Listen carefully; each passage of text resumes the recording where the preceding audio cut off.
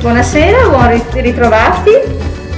Per Mestre Mia siamo qui nel negozio di arredamento Abitare 3 dei fratelli Trevisan in Corso del Popolo 95 come sempre. Il nostro ospite di oggi, che saluto e ringrazio per aver accolto il nostro invito, è Vittorio Pierobon con il suo libro Ecosfide, 20 storie di scelte alternative nel rispetto della natura. Naturalmente Vittorio Pierobon è molto conosciuto, però due parole su di lui le dirò. Giornalista da sempre, ha scritto e scrive tuttora per il Gazzettino, di cui è stato vice direttore per 15 anni e si è occupato durante appunto la sua attività dei grandi accadimenti del nord-est, dalle Brigate Rosse alla Mala del Brenta, dall'incendio della Fenice al Mose. Ed è stato quindi un attento testimone, un cronista dell'evoluzione e della storia del nord-est. È stato anche presidente dell'Ordine dei giornalisti del Veneto e tra le sue pubblicazioni cito Le radici del futuro, i protagonisti del Veneto per Marsilio, che ha scritto con Riccardo Calimani, e Il turismo a Venezia e nel Veneto, pubblicato da Supernova. Allora, oggi è il 23 aprile. Non a caso, è un venerdì, il venerdì è il giorno dei nostri incontri, però è anche la giornata del libro e del diritto d'autore, quindi siamo contenti di onorarlo insieme a Vittorio Pierobon. Del resto noi del libro parliamo continuamente, quindi di sicuro per noi non è necessario aspettare questa giornata per parlare di libri, però in ogni caso è sempre bello esserci durante questa ricorrenza.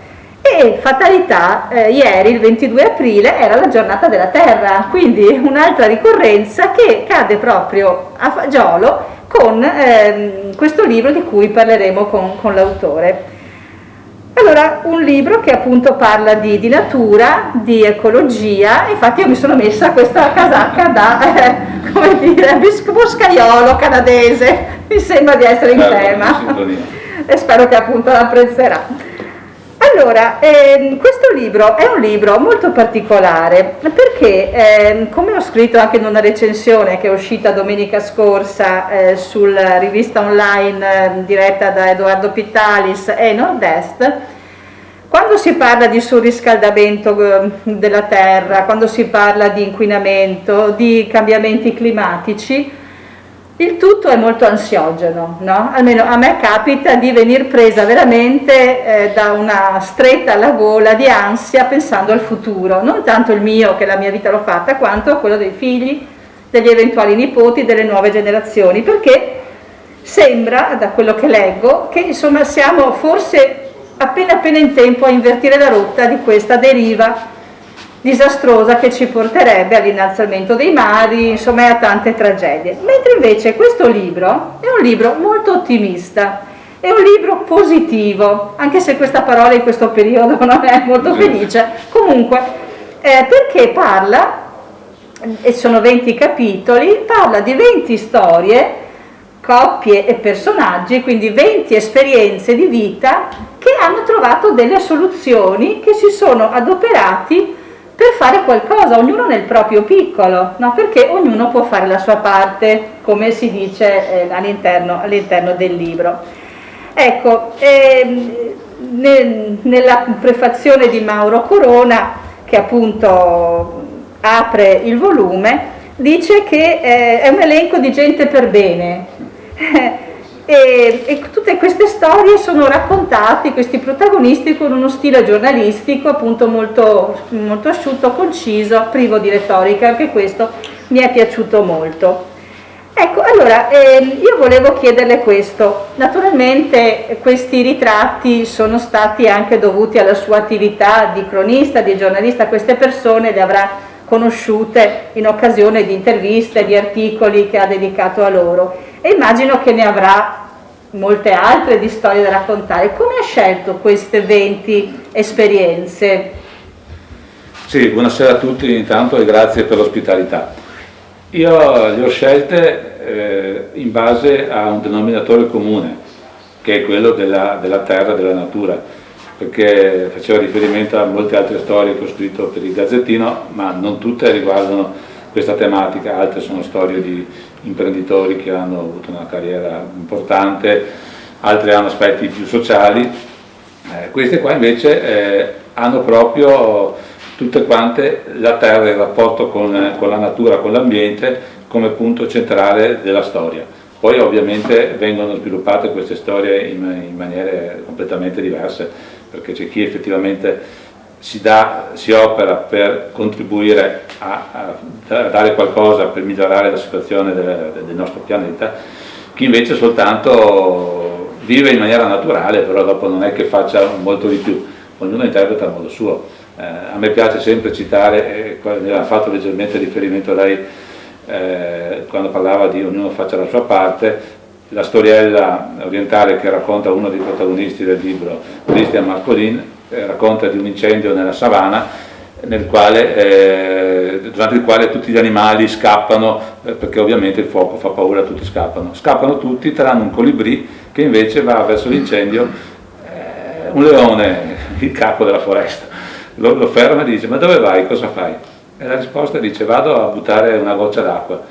Il leone si è messo a ridere perché ovviamente una goccia d'acqua non spegne un incendio, ma la risposta del colibrì, che secondo me è una risposta grande, dice: io faccio la mia parte. Ecco, io credo che se tutti nella vita, non solo per quanto riguarda l'ambiente, ma nella vita, nella società, facessimo la nostra parte, il mondo sarebbe molto migliore, sarebbe diverso. E questo, i protagonisti di questo libro in qualche modo lo fanno e lo insegnano. È vero, sì, molto interessante. L'ho letto con grande interesse. Allora, ci sono 4 sezioni in questo libro, vi leggo i titoli, poi parleremo di ciascuna. La prima è Abbi cura degli alberi, perché appunto gli alberi sono il nostro polmone, no? Il polmone della terra, quindi guai a non curare, non avere cura degli alberi. Poi ascolta gli animali, anche questo, no? Molti animali sono in via d'estinzione. Poi vivi divergente, questo è molto interessante, poi ci spiegherà il senso di questa sintesi, e poi supera te stesso, cioè persone che sono riuscite a superarsi, ed è la sezione più nutrita, con più protagonisti delle altre. Ecco, affrontiamo la prima. Allora, abbi cura degli alberi. Ci parli un po' di Pietro Maroè, Christian Marcolin, Armando Dal Coll, oppure scelga quello che le sembra più rappresentativo? Sono 3 storie diverse, anche qui con gli alberi al centro delle storie. Vado velocemente in sintesi. Christian Marcolin è quello a cui facevo riferimento prima, del colibrì.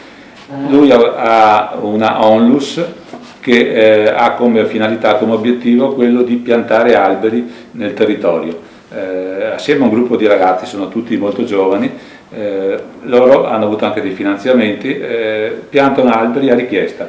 Cioè, se in un comune, in una certa zona, la popolazione o la stessa amministrazione comunale ritiene di poter boschificare una zona, loro intervengono, piantano alberelli molto piccoli perché dicono che ovviamente attecchiscono meglio, ma la cosa importante è che loro li piantano, preparano il terreno e tutto, però poi lasciano il boschetto alla popolazione, perché dicono che loro hanno fatto il primo passo, poi sta agli altri di curarli. Ed è molto bello perché in pochi anni questi ragazzi hanno piantato migliaia e migliaia di alberi. Tra l'altro la storia è emersa proprio in contemporanea con i fatti di Vaia, con la tragedia di Vaia, quindi a fronte di milioni di alberi purtroppo caduti, perché la natura a volte si ribella e sono caduti, c'è anche chi invece cerca di rimediare piantandoli. Mentre la storia forse più forte è quella di Pietro Maroè, che è un tree climber, vale a dire un arrampicatore di alberi in maniera libera, senza l'ausilio di mezzi meccanici, ma solo con corde e con la forza dei muscoli. Tree climber non certo per scalare alberelli, ma lui sale su alberi molto alti e ha un rapporto incredibile con gli alberi. Proprio io l'ho visto, ci siamo incontrati tra l'altro in un posto molto particolare che ha scelto lui, dove c'è la più vecchia quercia del Veneto, a Fossalta di Portogruaro, un albero che ha circa 700 anni e che è anche un po' malato, perché ovviamente anche per gli alberi gli anni passano, e lui se ne sta prendendo cura. E quando è arrivato lì, lui è come se avesse visto un suo amico, cioè è andato ad accarezzarlo, poi addirittura siccome il tronco dell'albero, che è enorme, ha un grosso buco, un grosso incavo, lui è entrato dentro ed è rimasto quasi in concentrazione. Io nel libro ho scritto un amplesso spirituale, forse anche troppo, però insomma c'è stato qualcosa. E devo dire che questo ragazzo mi ha colpito moltissimo per la sua emotività. Lui si commuoveva parlando degli alberi, quasi a un certo punto ha pianto raccontandomi una storia di un albero che era stato tagliato. Secondo me è uno spirito bellissimo ed è un esempio, e tra l'altro insegna molto, perché lui insegna il rispetto degli alberi e insegna anche delle cose che a noi possono un po' sfuggire.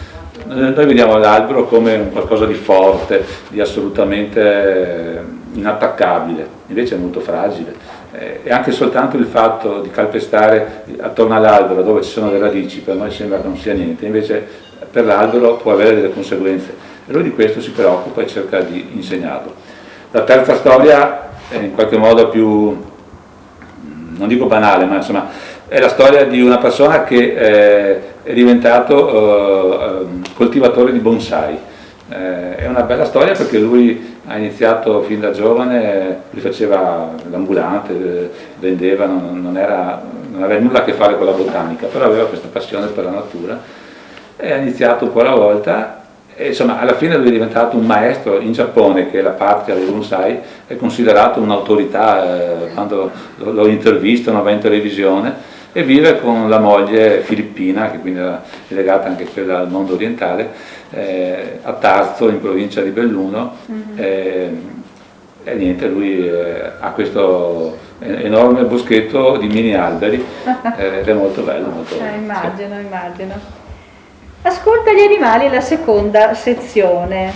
Qui abbiamo 4 personaggi: Paolo Cugildi, Davide Prevedello, Gianni Mattiolo e Daniele Zovi, ognuno con la sua storia, con la sua esperienza. Sì, può sceglierne anche uno, sì, due, no, perché, insomma, perché in realtà ci sono tanti, tediare con troppe storie. Si parla di un avvocato degli animali, il cinguettio della laguna, i leoni della riviera del Brenta, il guardiano della natura. Questi sono i titoli dei vari profili. Diciamo che dovendo scegliere la più rappresentativa delle 4 storie è sicuramente quello dei leoni, come si è intitolato i leoni della riviera, mi sembra. Questa è una situazione particolare, perché provate a immaginare di andare tranquillamente in bicicletta in riviera del Brenta, in zona Campolongo in campagna, e sentire ruggire, ma in continuazione forte. Uno si meraviglia, perché insomma il ruggito di un leone è inconfondibile, e che ci siano dei leoni a quelle parti è abbastanza strano.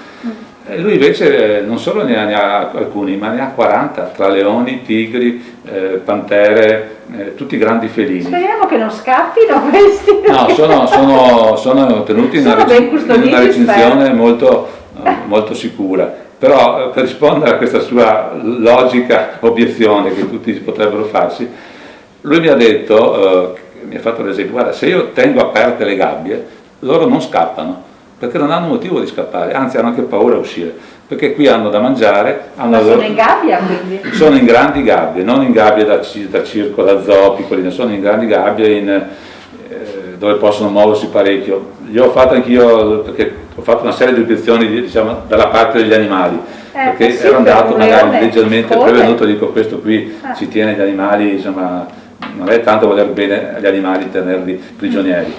Lui mi ha spiegato intanto che sono tutti animali, quasi tutti, provenienti da situazioni peggiori, nel senso che li ha salvati da circhi che non li potevano tenere, da gente che magari sequestrati, a gente che aveva l'animale esotico, quindi che stavano male.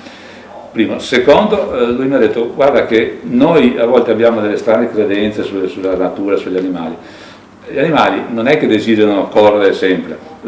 Una tigre normalmente passa più di 20 ore della sua giornata a dormire, dormendo, e le altre le dedica alla caccia, oppure nei periodi di accoppiamento a trovarsi una compagna o un compagno. Però dedica 3-4 ore alla caccia per un solo motivo: perché non trova niente da mangiare, perché una tigre, quando parte a cercare una preda, parte la carica, non sempre va a bersaglio, anzi spesso salta la caccia. E mi diceva questa persona, se va male quella battuta di caccia, quella tigre quel giorno non mangia, perché tutti gli animali della zona sono spariti, non ne trova più. Quindi in natura ha questo tipo di vita, se vogliamo, dice lui, sotto certi aspetti stressante. Noi la vediamo molto bella perché vediamo l'aspetto della libertà. Mentre dice qui mangiano, stanno tranquilli e tra l'altro statisticamente gli animali in cattività, se tenuti bene, vivono molto di più di quelli allo stato libero che hanno. Io ho fatto anche un'altra obiezione che secondo me anche questa apre un po' la visione. Era quando sono andato il periodo in cui c'era quel, chiamiamolo, mezzo scandalo di quel caso di un leone grandissimo che era stato abbattuto da un veterinario, non da un veterinario, da un dentista canadese che aveva pagato una cifra cospicua per abbatterlo. E tutti abbiamo gridato allo scandalo, tutti abbiamo detto povero leone, perché l'hai ucciso? Lui mi ha fatto un ragionamento diverso, mi ha detto guarda che in natura anche il leone ha un suo ciclo, il capobranco a un certo punto non sarà più capobranco perché verrà scacciato, e quando un capobranco viene buttato fuori dal branco per lui è una vita tremenda perché non è abituato a cacciare, perché sono delle femmine che nel branco cacciano, quindi è abbastanza vecchio, quindi non è quasi in grado di sopravvivere e alla fine in genere muore ucciso dagli altri animali, quindi fa una brutta fine. Dice, quel leone che è stato ucciso era un vecchio leone che ormai era a fine corsa, usando un termine un po' brutto, sarebbe morto di lì a 3-4 mesi in questo modo brutto, cioè dilaniato dagli altri animali. Se invece la sua morte, che sarebbe stata la prossima, è servita a dare a quel parco, mi pare che aveva detto $16.000 che vengono reinvestiti per opere utili per la natura, dice secondo me non è tanto deprecabile. È un ragionamento un po' difficile da capire, però guardandolo insomma, in qualche modo... È un altro punto di vista, insomma. È un altro punto di vista. Comunque non voglio essere prolisso su questa cosa, però quello che vorrei ancora dire per quanto riguarda questo personaggio è il rapporto meraviglioso che ha con i leoni. Cioè, io non ho la confidenza che ha lui con il mio gatto, perché se ne avvicino troppo mi gatto. Lui entra dentro nelle gabbie tranquillamente, mette la mano nella gabbia, va lì, gioca, cioè i leoni, i tigri, tutti gli animali si comportano con lui come si comporta un gatto molto affettuoso con l'uomo. Addirittura l'ho visto stare in gabbia con 3 animali in contemporanea, che poteva anche scatenare della gelosia tra uno e l'altro. Stava benissimo. Mi ha detto, però lo faccio perché so che posso farlo in questo momento, ma se l'animale stesse mangiando o se avesse dei piccoli non farei mai questa cosa qui, perché lo sbaglio è di considerare, dice lui, che gli animali abbiano lo stesso tipo di sensibilità e di rapporti sociali che abbiamo noi. Loro non conoscono l'amicizia come possiamo conoscerla noi, hanno delle cose molto più semplici, più primitive, quindi puoi essere o amico o nemico, sei amico in certi momenti, però anche il padrone diventa nemico se va quando sta mangiando, perché l'istinto bisogna sapere come comportarsi. Certo. Devo dire che è veramente un personaggio interessante, tra l'altro, se la faccio lunga ve lo dico, è molto interessante. Tra l'altro questa persona gli ha detto, ma scusi, ma costa anche mantenere tutta questa... È la cosa che volevo chiederle, io 40 leoni mangiano. 40 leoni. Allora, 2 cose, e tra l'altro dico... e poi carne mangia. Vuol dire fare una strage di animali per dare a mangiare a questi... Allora mi ha detto che per quanto riguarda il cibo, lui ovviamente dice non posso far diventare i leoni erbivori, non li posso far diventare vegetariani, mangiano carne. Però per ridurre al minimo diciamo, l'impatto sulla natura, sull'ambiente, lui ha degli accordi con aziende che allevano conigli per macellazione, per uso commestibile umano. Mi spiegava che ci sono in queste aziende purtroppo c'è un'alta mortalità, nel senso che molti di questi conigli muoiono prima e quindi non possono essere dati agli uomini. E lui prende quelli, diciamo, gli scarti. Quindi non li uccidono apposta per lui, sono già morti e gli dai i leoni. Questa è la sua spiegazione. Per quanto riguarda invece il discorso economico, gli ho fatto l'obiezione, lui mi ha detto no, ma questi animali si guadagnano da vivere, perché sono animali che sono in grado di rapportarsi con l'uomo e quindi vengono utilizzati in quasi tutti gli eventi cinematografici italiani. Ah, quindi lui li noleggia? Li noleggia, li accompagna perché sono in grado di stare sul set senza essere addormentati, c'è lui presente, e lavorano, insomma, mi ha parlato di Spot, ne ha parlato di Celentano, della Francesca Neri, che hanno fatto le cose con gli animali. Mi ha anche detto che quando c'è stato alcuni anni fa il giubileo degli artisti che sono andati dal Papa, il Papa ha accarezzato un leoncino, un leone, me li ha fatti vedere, sono 2 animali suoi che ha portato lui e il Papa, proprio per il fatto che era sicuro. Quindi è anche una risorsa, insomma. Cioè dice che gli danno delle buone entrate, forse in questo periodo un po' meno, perché anche lui avrà risentito.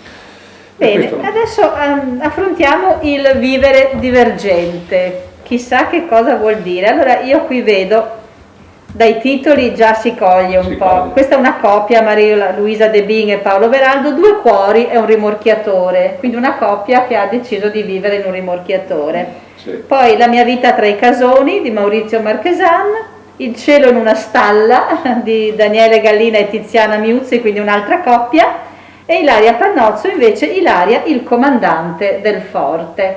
Ecco, anche qua sono scelte di vita diverse, particolari, che non so se vuole scegliere quella che le sembra più significativa. Ne parlo di 2 brevemente. Sì.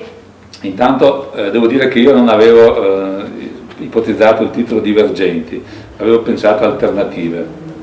Poi parlando con la editor del libro, Lorenza Stroppa, mi ha detto: guarda che Divergenti, intanto forse la gente non lo capisce bene, quindi attira un po' di più, e in effetti quasi tutti mi domandano perché Divergenti.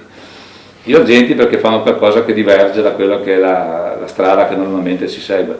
È divergente andare a decidere di andare a vivere su un rimorchiatore ormeggiato in laguna a Venezia, ed è quello che hanno fatto i 2 della storia, Luisa e Paolo. Loro hanno acquistato un rimorchiatore e come la gente fa il mutuo per acquistare la casa, loro hanno fatto il mutuo per acquistare il rimorchiatore. Anzi, avevano già una casa in terraferma dove peraltro c'è ancora la loro residenza, perché mettere la residenza su una barca è più complicato.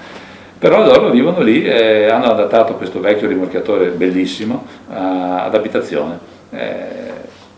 Continuano la loro attività, sono artisti, fanno sculture, cose, le fanno, stanno in barca in mezzo alla laguna, sono ormeggiati vicino, anzi all'isola della Certosa, e se ne stanno lì tranquilli in una situazione molto particolare, molto, molto bella. Mentre la comandante del forte, Ilaria Panozzo, è una ragazza che si è trovata per vicende familiari ad essere proprietaria di un forte sull'altopiano di Asiago, il forte Corbin, che è uno dei molti forti che erano stati costruiti prima della guerra, ovviamente per motivi difensivi. In realtà come forte militare è servito poco, perché all'epoca era un forte bellissimo, era considerato il fiore all'occhiello della linea di fortificazione che c'era sull'altopiano. Però avevano calcolato male le possibilità balistiche dei cannoni, gli austriaci avevano dei cannoni superiori a quelli che si immaginavano e quindi alla fine è stato quasi subito abbandonato perché era un facile bersaglio. Però a distanza di anni ha avuto un'altra vita. Prima è stato saccheggiato come tutti i resti bellici, le strutture militari, è stato saccheggiato dai recuperanti che c'erano una volta, che andavano a recuperare il ferro, gli ordigni, le armi, tutto quanto. Il nonno di questa ragazza lo ha acquistato per farne sostanzialmente il deposito delle sue, era un allevatore, quindi delle sue cose da allevatore, un abbeveratoio per le bestie, perché c'era una grande vasca che serviva per l'acqua per i soldati, e teneva lì le bestie. Dopodiché col tempo il padre di questa ragazza ha deciso di restaurarlo e lo hanno riportato allo splendore dei tempi antichi, per quello che è stato possibile, perché alcune parti sono state devastate. E adesso lei, la comandante del forte, fa delle visite guidate e accompagna i visitatori a ed è un forte privato, uno dei pochi esistenti in Italia, che si può visitare, ed è un bel modo di recuperare una parte di storia e anche di insegnare, perché c'è anche un museo che spiega i danni della guerra, quindi è un modo per dire: questo è quello che provoca una guerra, cerchiamo di non ripeterlo. Molto interessante. Sì. Bene, e il libro si conclude con la sezione più nutrita, appunto sono 9 profili: supera te stesso. I nomi magari non li nominiamo tutti, No, poi certo. deciderà, però i temi sono il pellegrinaggio, quindi il cammino, e poi anche la bicicletta, i viaggi molto molto lunghi, delle sfide sui pedali. Poi c'è un titolo strano: da Chioggia via col vento, Sì. e Stregato dalle isole. E poi il figlio del deserto, c'è anche una storia di malattia affrontata con il cammino. Certo. Molto interessanti, sono storie forti, sono storie Alcune sì. con esperienze quasi estreme. Ecco, quale potrebbe essere interessante approfondire un po', una o due, quelle che lei ritiene più Certo. curiose o comunque importanti? Ma lasciamo da parte le storie estreme, anche perché sono personaggi che hanno avuto la ribalta della cronaca, perché tipo Max Calderan, che ha attraversato il deserto da parte del Sahara da solo, un tratto inesplorato, mai percorso dall'uomo, oppure Paolo Venturini, che ha corso in Siberia a 52 o 54 gradi sotto zero per quasi 40 km. Queste sono sfide che richiedono anche una preparazione particolare e che ovviamente pochi possono fare. Io vorrei soffermarmi su due storie. Una dell'unico personaggio di questo libro che purtroppo non c'è più, Emma Morosini, che è deceduta lo scorso anno, deceduta all'età di 96 anni, quindi quando l'ho intervistata era già avanti con gli anni. La sua storia è secondo me bellissima, di una semplicità commovente. Questa è una donna che per tutta la vita ha fatto l'infermiera, abitava a Castiglione delle Stiviere, donna di grandissima fede, ha consacrato la sua vita al prossimo, da infermiera e poi anche da volontaria. Attorno ai 70 anni le hanno diagnosticato una malattia che poteva essere mortale. Lei, proprio appunto da donna di fede, ha fatto la cosa più ovvia per lei: ha pregato ed è guarita. Ovviamente qui poi ognuno la può leggere come vuole, però gli stessi medici sono rimasti molto sorpresi di questa guarigione. Per ringraziare la Madonna, perché certamente per lei era lei che l'aveva salvata, ha deciso di andare in pellegrinaggio a Lourdes, come è abbastanza comune, solo che lei l'ha fatto da sola. Il parroco le aveva detto: ma sì, vai, tanto la provvidenza ti aiuterà. Lei ha creduto ciecamente alla provvidenza ed è partita. Già il primo giorno si è accorta che non sempre la provvidenza ti aiuta, perché ha bussato ad una parrocchia dopo un po' di chilometri e il parroco l'ha mandata via scambiandola per una zingara.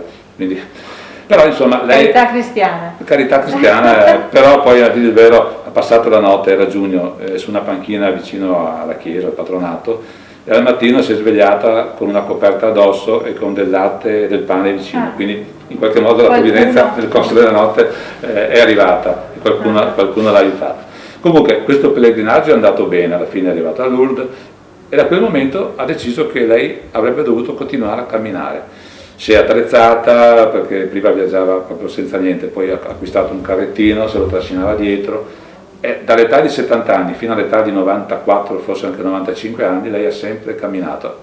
Lei è andata in tutti i santuari europei, Cestokova, Lourdes, Fatima, molti altri che adesso non ricordo, San Giovanni Rotondo.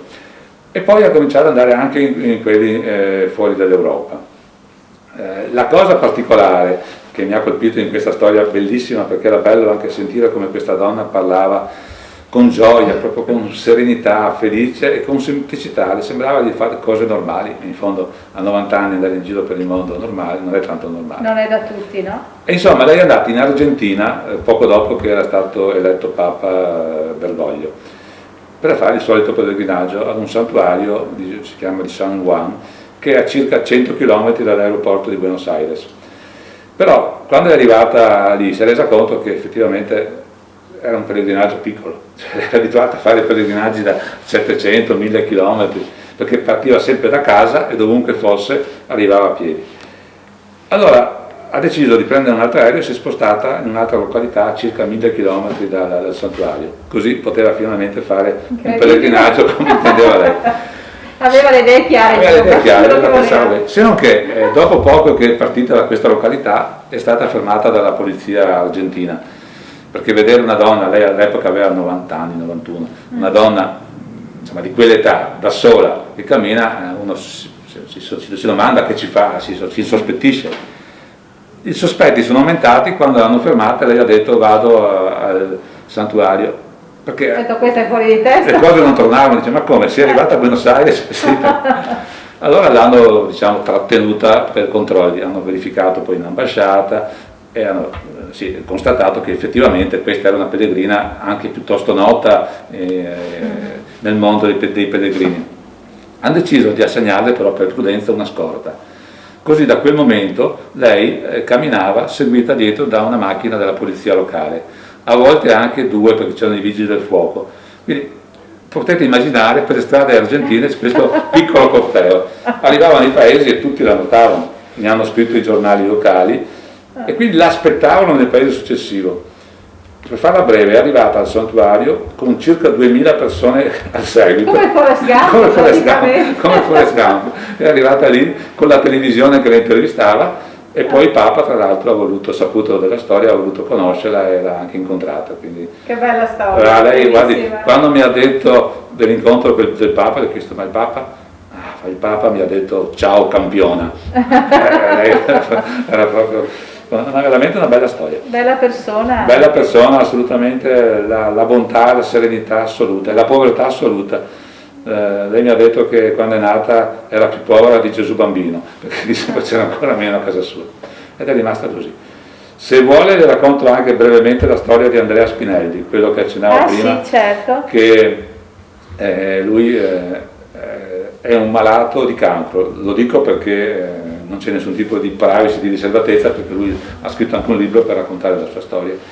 È un malato di cancro al pancreas, che è uno dei peggiori in assoluto, con una sopravvivenza, secondo le statistiche, le brutte statistiche, di 5 anni. E lui ormai sono 7, quasi va per gli 8 anni che convive con questa malattia. Non è guarito, ma convive e la contiene.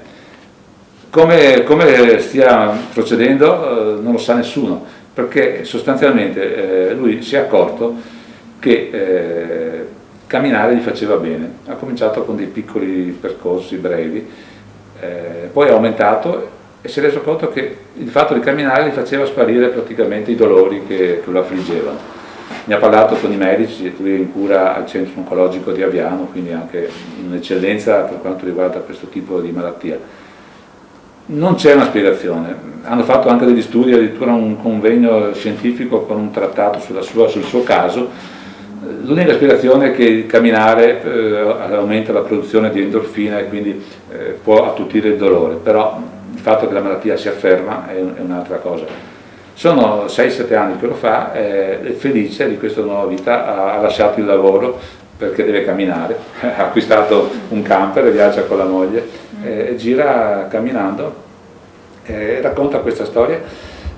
Lui dice a tutti, attenzione, non è che così si guarisca, io non lo so perché con me funziona, però non è che sia la soluzione, perché ovviamente questa sua storia ha colpito molto. Ricordo che anche quando l'ho pubblicata sul Gazzettino, quel giorno è stata la notizia più letta nei siti del Gazzettino, perché purtroppo attorno a questo problema c'è anche molta aspettativa, molte speranze, però lui in qualche modo dà una speranza, anche questa è una bella storia di belle storie. Sì, belle storie, perché questi protagonisti del suo libro intraprendono appunto queste azioni, realizzano dei sogni, sviluppano delle attività, sempre nel rispetto della vita e della natura, certo, e del proprio sé, anche del rispetto per se stessi.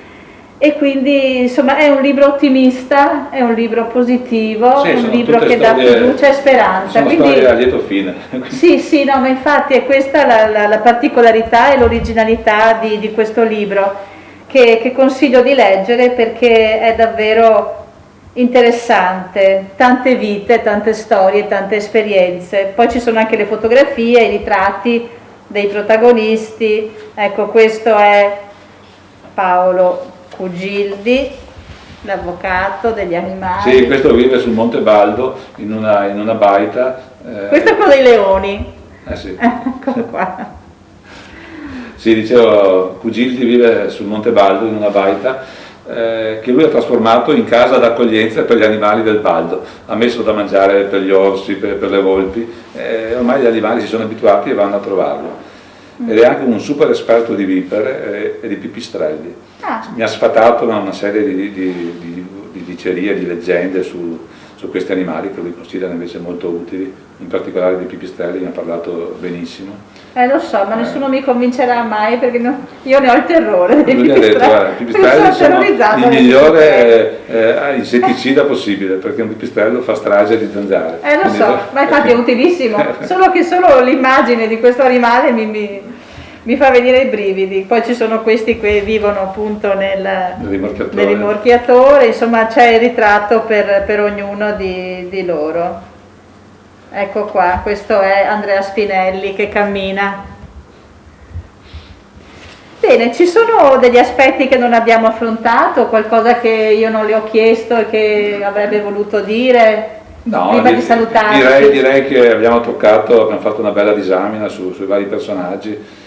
Direi che i principali personaggi li abbiamo toccati. Forse un accenno al difensore degli animali, al generale Zovi, l'ex comandante della Guardia Forestale, che mi ha detto alcune cose molto interessanti. Paolo Cugildi? No, non è il difensore, no, Zovi, Daniele Zovi. Zovi, eccolo qua, 63. Daniele Zovi.